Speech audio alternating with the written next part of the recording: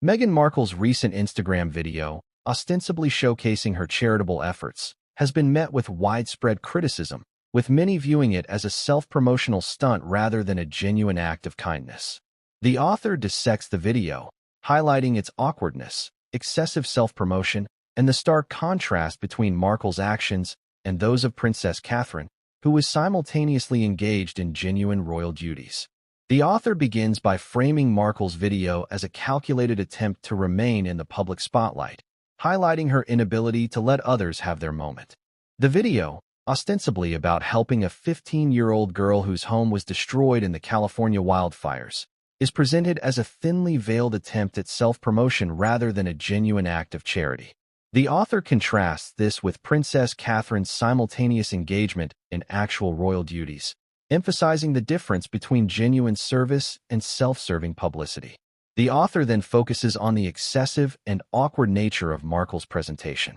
The video, described as an overacted performance, is criticized for its shaky camera angles, exaggerated hand gestures, and excessive name-dropping. The author highlights the incongruity between Markle's actions and the supposed sincerity of her message, suggesting that her behavior undermines the genuine charitable act. The author points out that instead of quietly providing assistance, Markle chose to create a dramatic production, complete with self-congratulatory commentary and an emphasis on her own efforts. The author details the sequence of events leading up to the grand reveal of the Billie Eilish merchandise.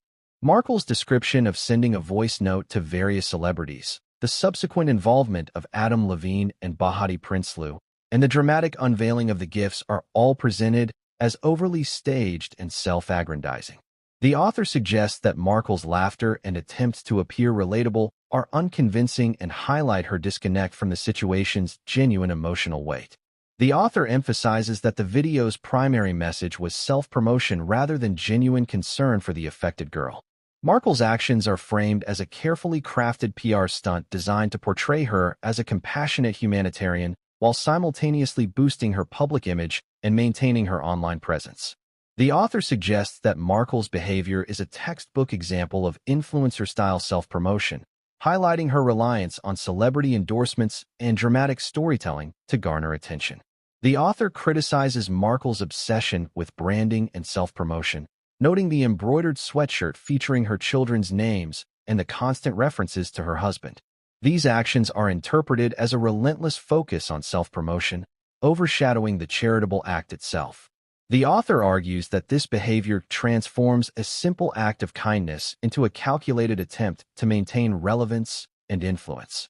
The author concludes by contrasting genuine philanthropy with Markle's self-serving approach. Markle's actions are presented as a desperate plea for relevance, driven by a desire to maintain her public image rather than a genuine desire to help those in need. The author suggests that Markle's behavior is ultimately counterproductive, undermining the charitable act and highlighting her self-centered motivations.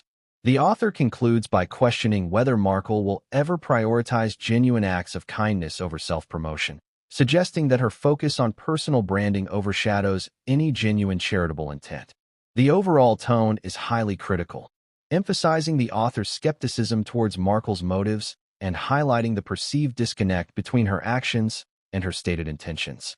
The comparison with Princess Catherine's genuine royal duties serves to further underscore the author's point, emphasizing the contrast between genuine service and calculated self-promotion.